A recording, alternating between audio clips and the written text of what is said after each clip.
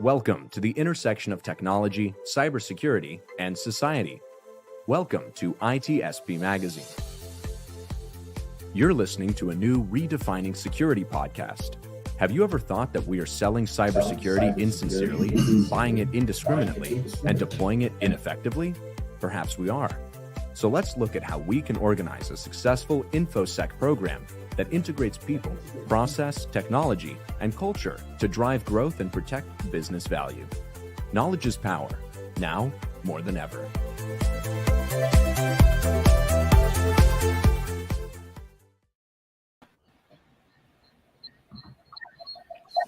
Here we are. We are live on new Redefining Cybersecurity here on ITSP Magazine. Thanks everybody for joining us. Today is all about data security, data protection. And I have two guests joining me. Our third guest, unfortunately, unable to make it, Alina Akina, Data Consulting. We hope everything is well with her. But we do have Andy Rappaport and Chris Scallas on. Thanks, guys, for joining. My pleasure. And a little bit of background noise or echo there. So your mic, when you're not talking, that'd be great. I'm going to take a moment. If you can just say a few words about your current role and some of the things you've been up to and your view of data protection and why it's important. And Andy, I'm going to pass the ball to you first. Oh, sure. So my name is Andy Rappaport, and I'm an architect, so kind of view data security from the builder side, from the architect side. I've been the data guy at security companies. I've been the security guy at data companies.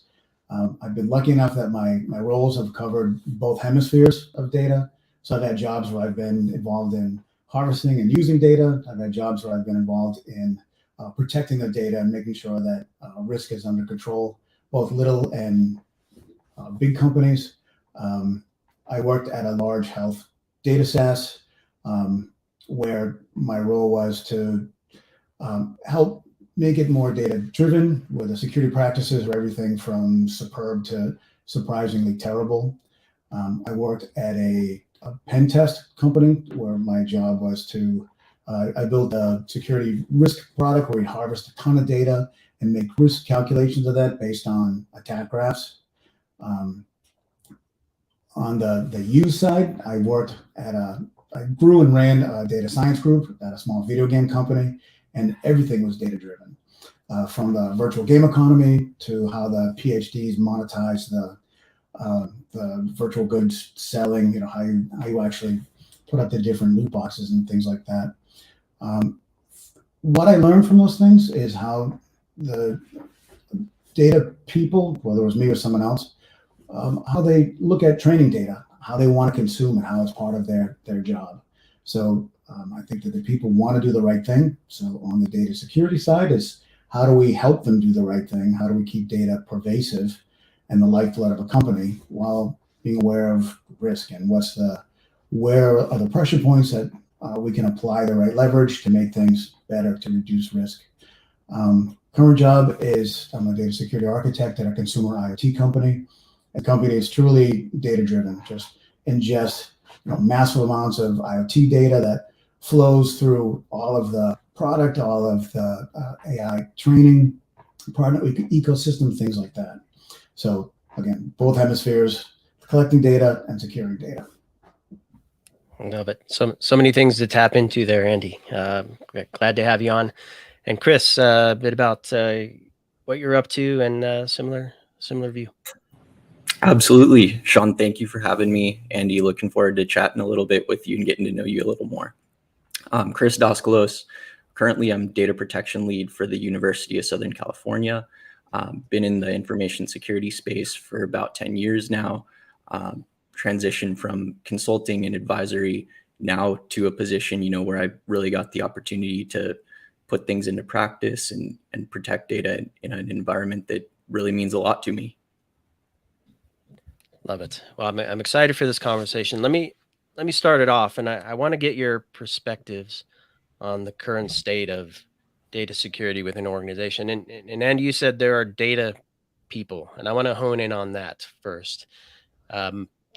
Do we have, generally speaking, a good view of, are there data people, or are there people within other functions that are responsible for looking at data and how we protect it? Or what's the current state of things in Oh that man, perspective? I think the change in the past even 2 years, 3 years, like really fast, is that nearly everybody is a data person. That everybody wants to be more data driven. So it used to be you would have, I don't know, DBAs and data analysts that were hardcore data people that would synthesize the data and produce conclusions to people. That's gone. Everybody in the product ecosystem, everybody that wants to run an efficient business wants the data. Air quotes around that. And so the data is everything from, I don't know, analytics you get out of Google Analytics to customer NPS scores to how that impacts supply chain, any of those things. So everybody's a data person. There's more and more professional data people. So there's more and more people with data science degrees or that are full-time analysts that have it as part of their job to go deep, meaning they want access to more and more raw data from within your company, but they also want to be able to join that data from more and more external data, industry data, analytics, marketing, any of those kind of things. So that is awesome. Companies that do that well have a competitive advantage, but that creates more work on data security. How do you protect it across that kind of massive ecosystem as it flows from inside your stuff to dashboards, partners, third party, etc. Yeah, Chris, your perspective here, because what Andy just described to me, and I like to visualize things, is not everybody was an engineer who could spin up cloud service, right? Now that's possible, right? Everybody can have new product in the cloud pretty much with a flip of a switch or enter a credit card number. So that to me says anybody can create data, consume data, manage data, use data to make decisions and do whatever. What's your view of the state of data protection with that view in mind? Yeah, I think pretty similar, actually. My take that I was thinking about, before coming on this is where an organization sits on the spectrum of their data proliferation really needs to drive their strategy around data protection. When I think of this spectrum of data proliferation, on one side, on the far left, you've got just data is everywhere, no real governance dictating where it can and should not be based on how it's classified. And on the other side of the far right spectrum, you've got maybe one central place, where all of those high value asset type information things are, and you can really focus on protecting them. For better, for worse, actually, one of the things that I think is so interesting about my job now is that we're close to that far left spectrum. We're on that, it's USC is a 140-year-old organization. Hasn't until recently started to build out some of those governance and guardrail type aspects for data. And across the spectrum of what data it has, there's everything, and it's really everywhere. So we've got an interesting challenge trying to figure out where it is and making sure that it's protected. And Andy, I want to come to you, and then Chris can follow up. But before we started recording, I mentioned that privacy tends to get a lot of the attention when it comes to data security. Certainly in the public realm and in news articles and things like that. I want to recognize that that's important, and certainly, Andy, you've worked in the healthcare space. So nowhere is it more important, in my opinion, than in the healthcare space to protect the information there from a privacy perspective. But let's look at just pure business operations and competitive advantage and intellectual property and the impact of data compromise, not just being able to read something, but manipulating something or making it unavailable. So the CIA triad of cybersecurity, if you will, beyond just privacy. How important is that, and where do you see things moving Sure, there? massive. In fact, I think that as companies do risk analysis. The math, in my opinion, is that privacy is where security people get their leverage from, but the risk of leaking, say, emails is a lot less than leaking other types of data. So for example, in a data classification system, in my opinion, at the highest level should be the secrets that you use to control your system, whether it's admin credentials, whether it's private keys, signing keys, those kind of things. If you look at the risk of if those things are compromised, what's the risk if you're an admin gets phished and someone can drop all your databases, yikes, or encrypt your databases in a ransomware attack.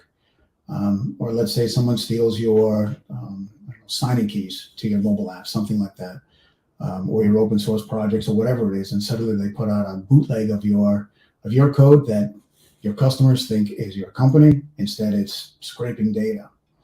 I think if you model out those risks, whether it's reputational, whether it's availability, if someone deletes all your data or encrypts all your data and you're offline for however long, 1, 2, 3, 4, 5 days, whatever it takes, what is the reputational risk? What is the risk to your cash flow? So again, I think privacy and compliance is the hammer or the fulcrum for whatever leverage you want. It's easiest for security people to use privacy and HIPAA or SOX or whatever as a way to for leverage to impact change. But I think as when you look at risk to the business and security people, be risk aware. Number one, when you focus your controls on where you pay attention, focus your time into things that truly have most risk to the business. It might not be email addresses. It'll be something more sensitive. Great. And just to build a little bit on Andy, what you were talking about, agreed, trying to leverage that privacy and compliance as the hammer. But from my position, I'm a data protection lead on the governance, risk, and compliance team. I think that's one kind of way to come at what data protection is, focusing on things like GDPR and CCPA, and then another side coming at it more technically with our tools, whatever they may be, DLP or specific encryption strategies. I think in the kind of setting up a program from the beginning on an institution that has existed for much longer, our focus has really been trying to come at it from where do the guardrails need to be, what compliance can we put in place to help put these guardrails up where they need to be, what assets do we need to protect, and then who's responsible for protecting them. And of all of those things at the very beginning of our strategy roadmap, before we can even get to some of the technical controls of encryption and DLP and other things like that.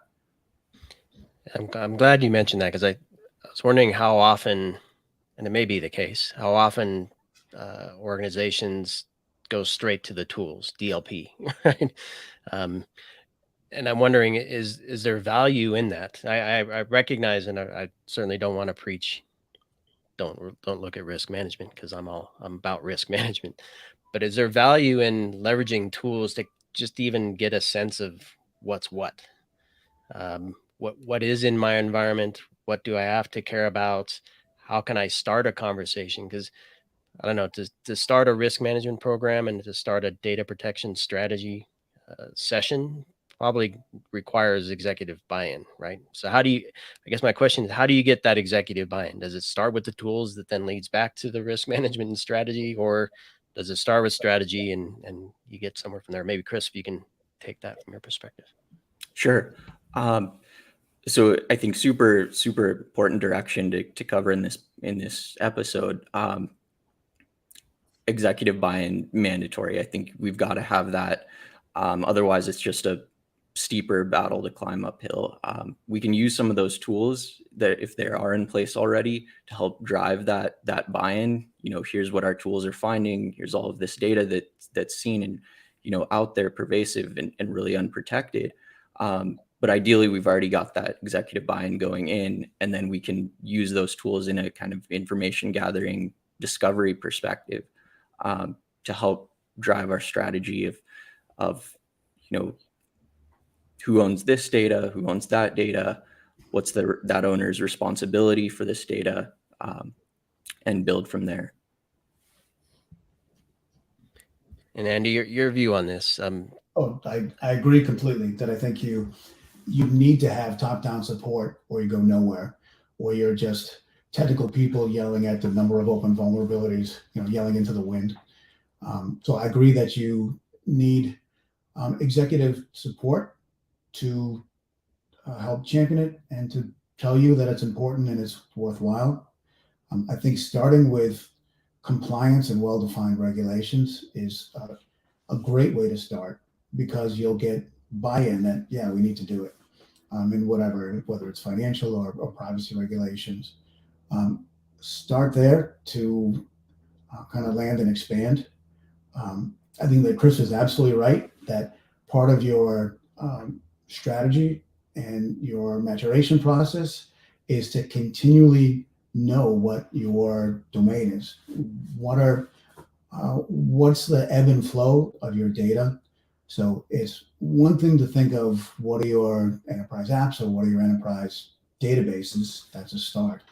But also from a risk perspective, think about how things flow through your data, whether it's a partner ecosystem, whether it's what can and cannot be stored on people's laptops, what can and cannot leave your building, what can and cannot be stored in your cloud or off your cloud.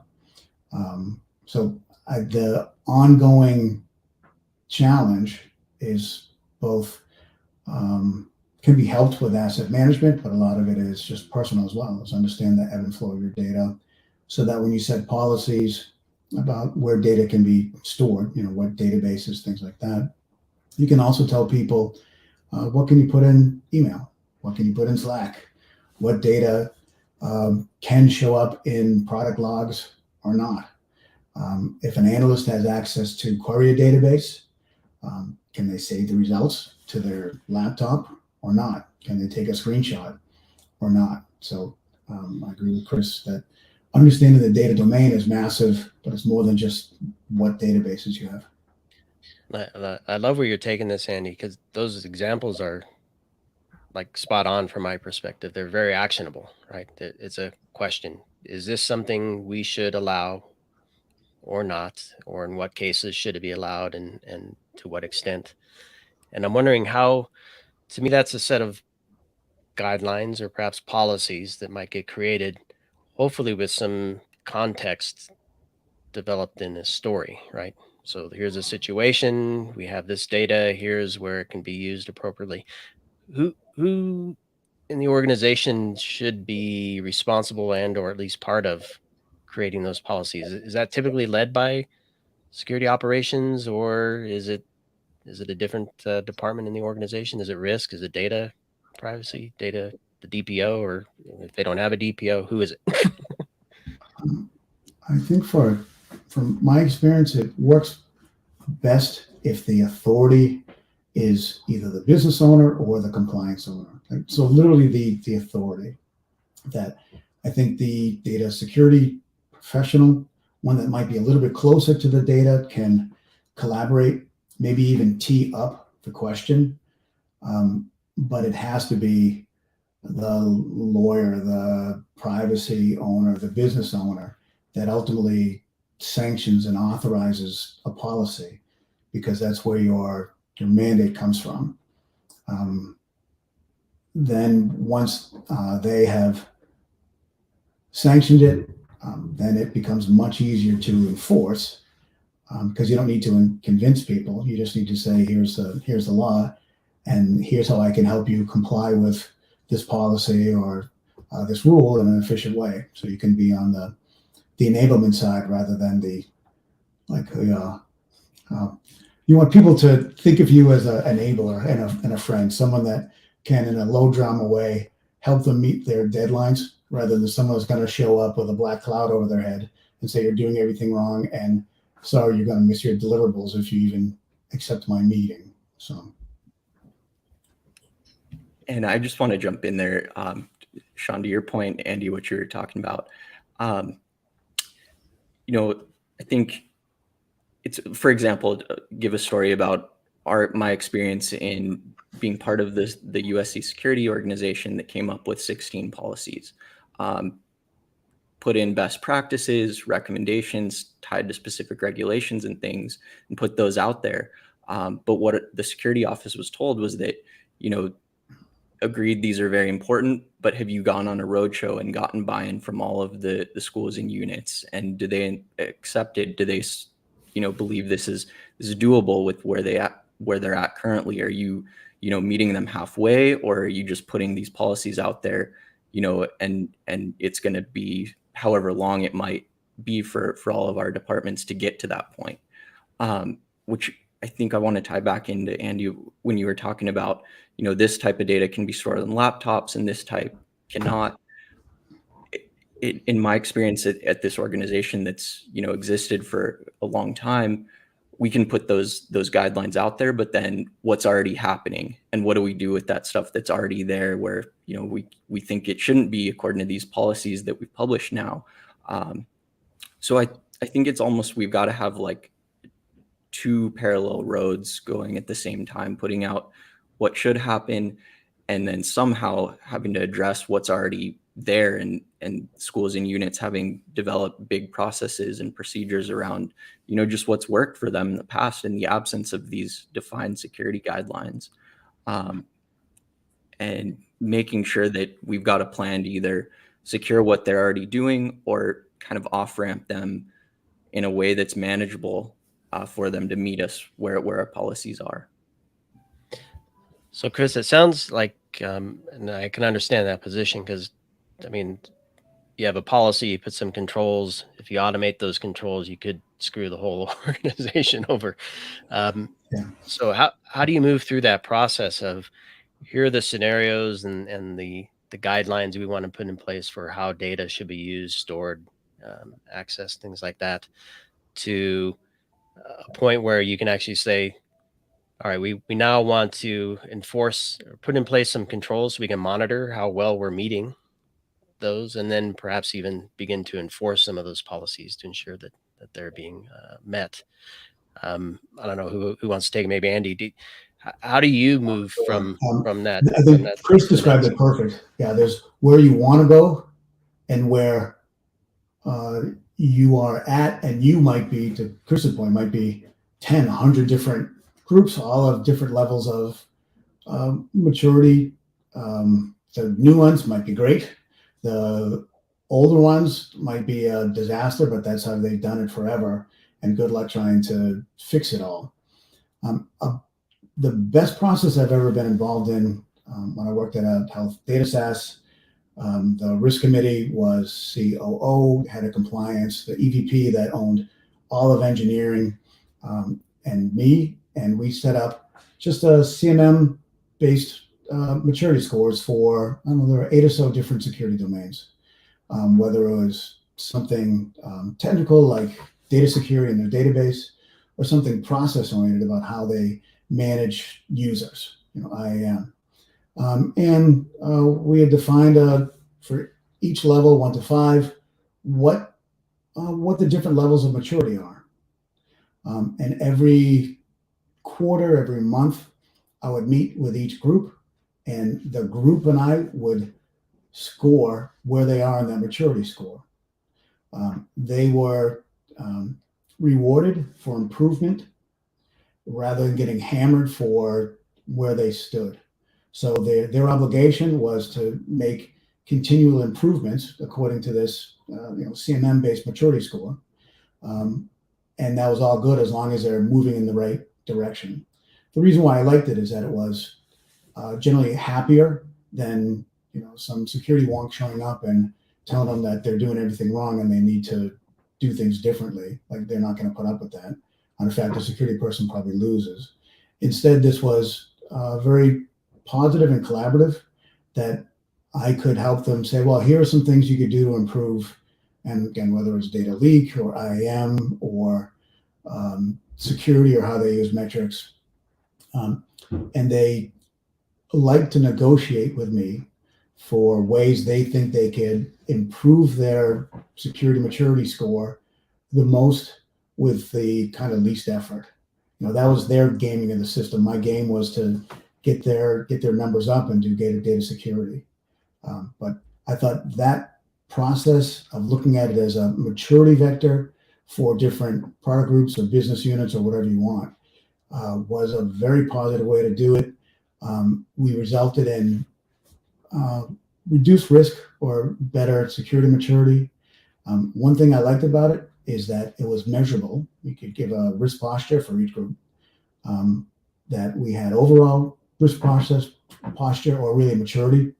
So we could look as an overall organization, are we moving in the right direction? We could score which areas were the best or the worst, or we could look at deltas, which one's improving, not improving. And there's a magic thing once you create a leaderboard. No group wants to be at the bottom of the leaderboard. So there would be kind of internal competition to improve so that they weren't the worst. So we're using the best and worst of human nature to kind of get them to improve the maturity score a little bit.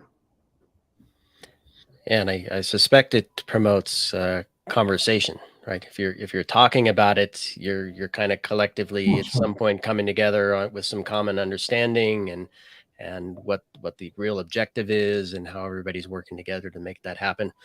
And I'm wondering, Chris, when I look at projects or programs like this, I'm a program manager by thought. Everything looks like a project to me.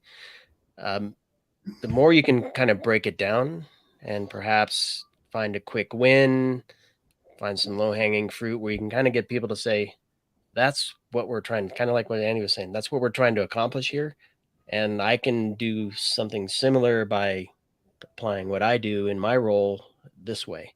I'm wondering how do you kind of break down the big, we have to secure our data program into something that's manageable for different parts of the organization? Got it. Yeah.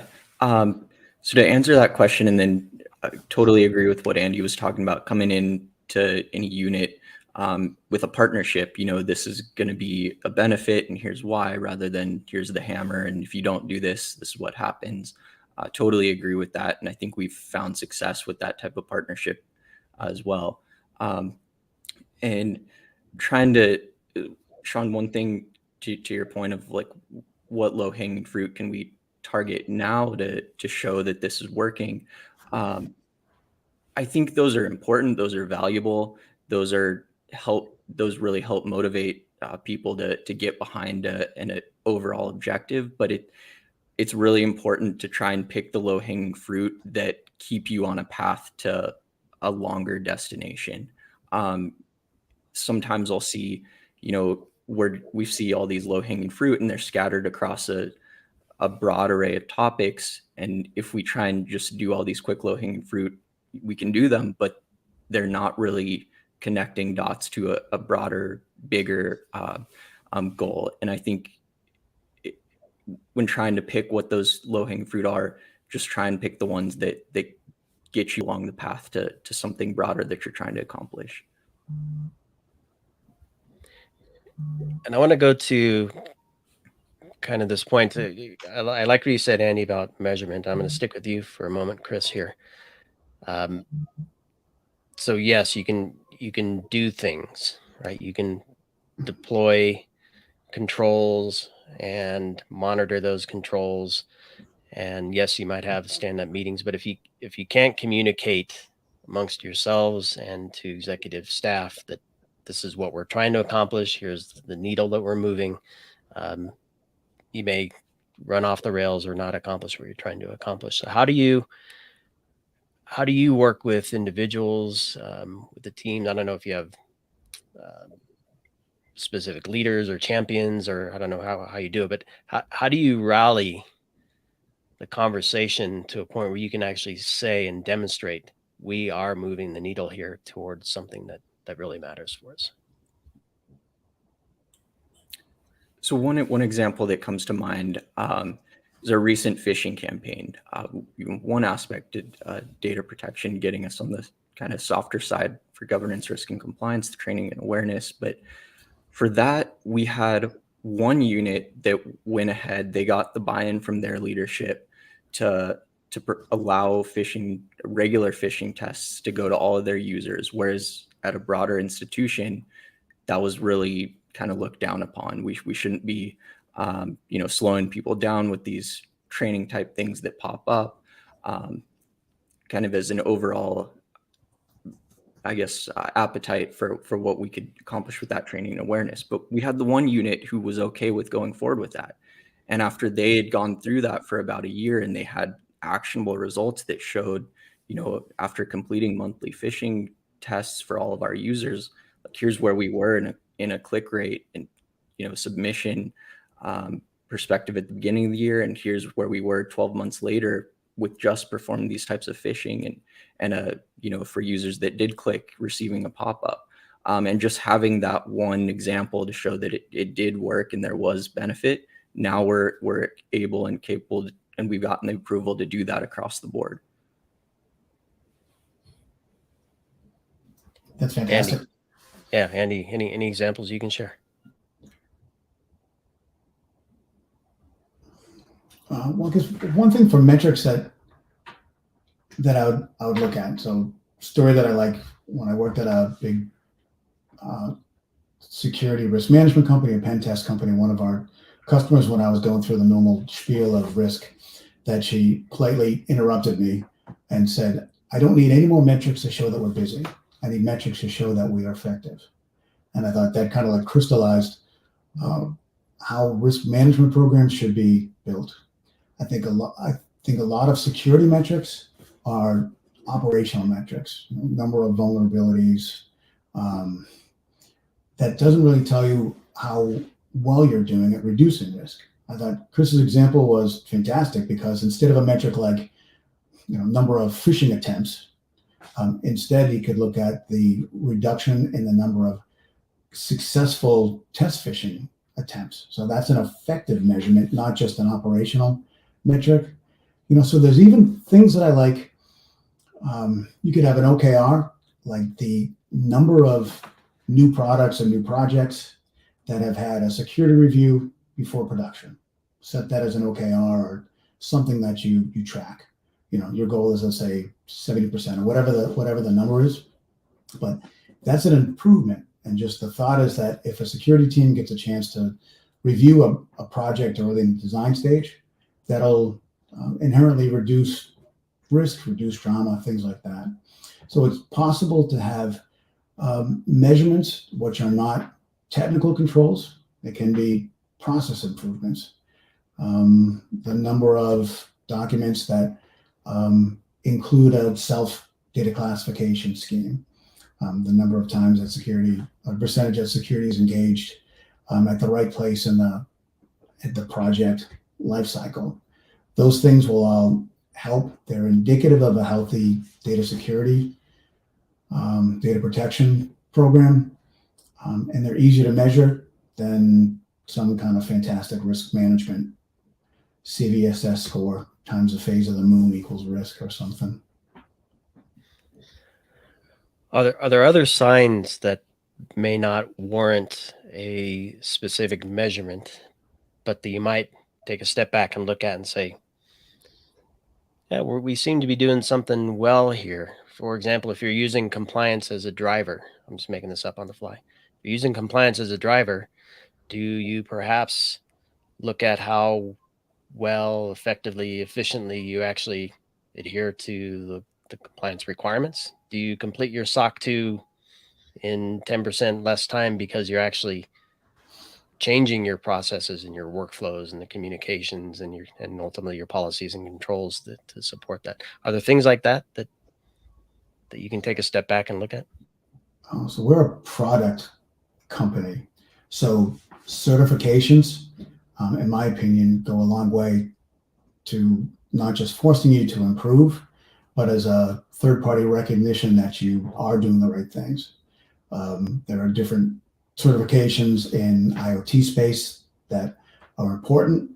And my belief anyway, that it's a way to prove to your customers that those things are important.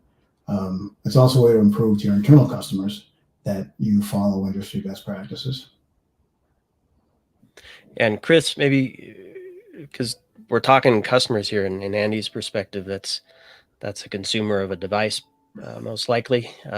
In your case, it's a faculty member, a professor, a student, a visitor on campus, perhaps a third-party service provider working with the organization. How do you kind of wrangle all of those views as part of this as well? Yeah, it's one of the biggest challenges I think I face in my position currently. But at the same time, it comes with so much interest and so many interesting things that we get to deal with and experience.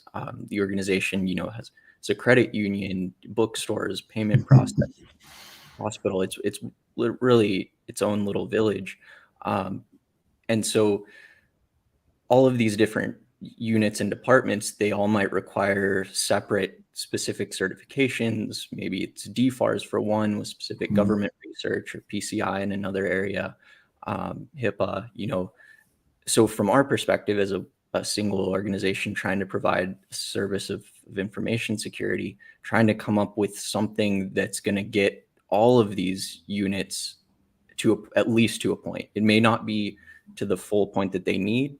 We can't complete DFARS for everybody, get it up to that highest level. It just wouldn't be practical or needed even. So how far do we need to take kind of everyone as a whole, and then work with them individually to get them to where they need to be?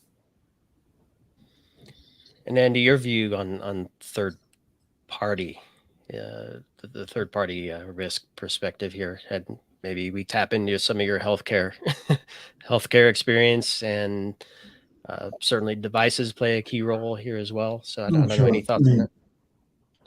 In health data, HIPAA and the penalties are pretty clear. A thing that will help, again, that's pretty clear. So compliance as the financial hammer. Just one story: when I worked at the Security Metrics pen test company, we did some work with a large hospital chain, and we found out that the researchers that would do analysis on industry trends would have PHI in their laptops.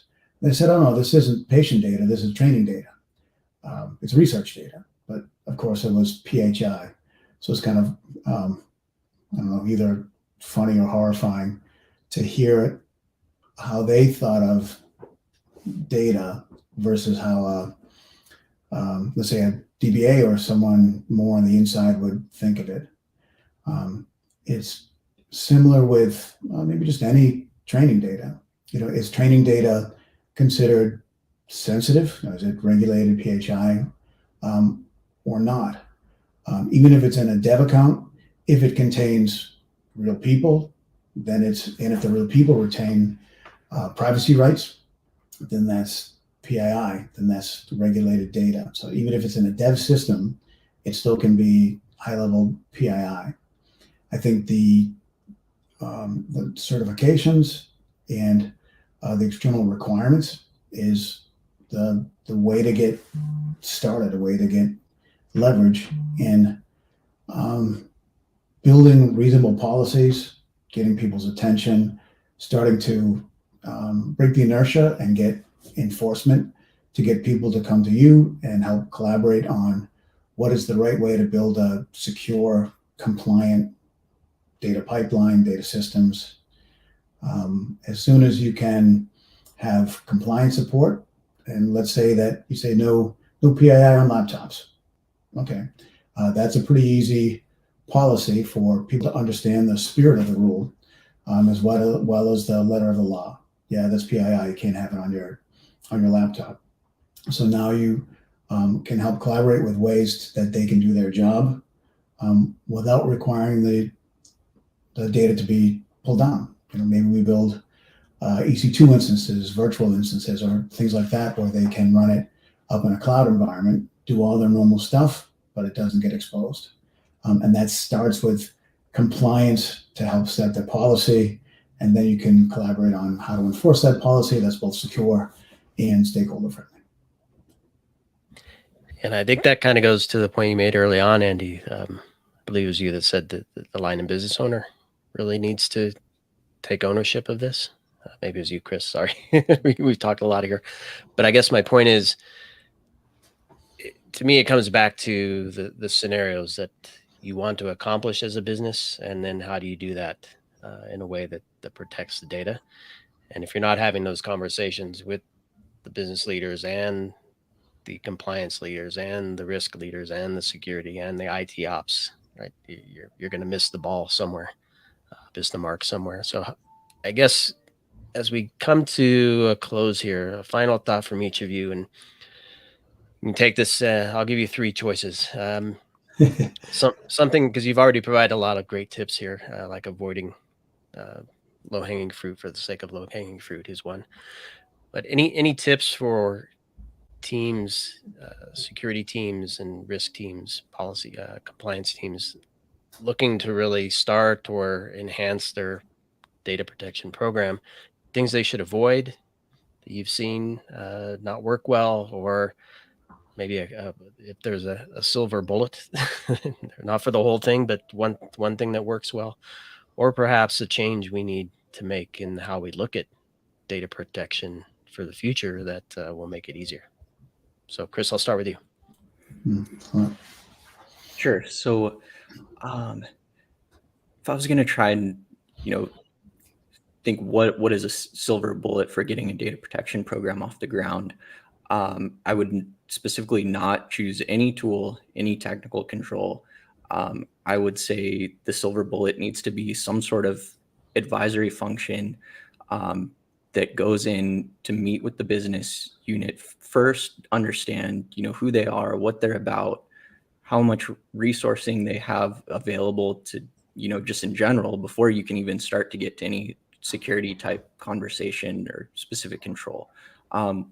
Once this advisory function in a security organization understands that, then we can start bringing in, the risks that unit might face that they can connect with as non-security people that, they've probably just come across in the news, bringing those into the conversation, and then level set and say, here's the services that we've got at hand for you to jump on board with that'll meet some of these risks and ultimately, ideally, help you with your business. I think that would be my silver bullet if I had to pick one. That's good. Cool. Love it. Andy? A couple things. One is truly be risk driven. I think that word gets misused a lot by technical people that think of technical risk. Work with the business owners, the people that can actually give you dollar impact scores for some of your scenarios. I think there's ways to start pretty simply and get their dollar impact scenarios. Just keep it to base 10, the number of zeros after one for different scenarios. But get their assessment on what they see as most risky. Is it customer trust? Is it availability for some amount of time? You can set up some basic scenarios and work them through where you get their opinions on what things are risky. You could do it as a simple ordinal, or ideally like a 90% confidence interval or something like that. But get their idea of what the real business risk is. And then that's where you prioritize, because that is what is most important to your stakeholders, and that's what is most important to your business. And if you truly do that, you're fighting the good fight, and you're putting your time and energy into the places that'll have the most impact. You'll do the most good. As far as a process thing, and maybe this is because I'm an architect, but from day zero, begin to establish a common set of terminology, period. There's one set of words that we use, and here's exactly what these words mean. You'll see in documents, you'll see, private, secret, confidential, proprietary. Well, what does that mean? Those are all synonyms. Instead, come up with, for our data classification, whatever it is, here's exactly what it means. Here's exactly how we define it for different domains. And then all of your policies, all of your technical standards, all of your controls, all of your design documents even can reference those single set of words. The advantage that I found is that by constricting the vernaculars, the terms we use, that I can have a conversation with a lawyer or a compliance person using the exact same words that I turn around and have with our most technical of architects or data science. And there's no, it's not lossy. We're saying the same words. We know what it means. So again, I think as a process, establish the terminology early, and your communication will go a lot better and smoother. I love it. And Mark, my co-founder Marco, is not here to stop me from asking questions. I have a gazillion more, but I'm going to hold myself to it. As soon as you reminded me that you're an architect, I just had a gazillion more things that we could drill down into, just based on that. I think the main takeaway from me for all of this is that it's never too late, right? I mean, we talked a lot about existing organizations and product units or business units, and a lot of stuff exists already. That shouldn't be an excuse to say it's too hard and we're already down a path that's sucks. we have to take some responsibility here. I like the idea of, I don't like security driven by compliance, but compliance to help analyze risk and perhaps to use it as a way to tell stories, I think is fantastic. The story that can be understood by the business down to ops, down into engineering as well. All critically important. And I mean, I literally could have this conversation for another few more hours, but we'll spare everybody my voice for now. And perhaps we can have a follow-up conversation. I know we have a lot more to cover in redefining cybersecurity here on ITSP Magazine. We're looking at identity and business continuity and all kinds of stuff over the next couple of months. So perhaps one or both of you join for some follow-up conversations, and sounds good. Maybe even to deep dive into something else that the audience likes. And with that, thanks to everybody for joining us today for this conversation. Hopefully you enjoyed it, catching it live. If you're listening or watching on demand, appreciate you doing that as well. I'll invite Andy and Chris to share any resources they think might be helpful for folks trying to get a handle on this topic. And with that, we'll see you all on the next Redefining Cybersecurity next week, same time on Monday 2 Eastern. Looking at business continuity and disaster recovery. So hopefully you can join me for that. Chris, Andy, thanks a million, guys. Appreciate the great insight and support for the community to help us protect our data better. Thank you very much. Nice to meet you, Chris. Same to you, Azan. Take care.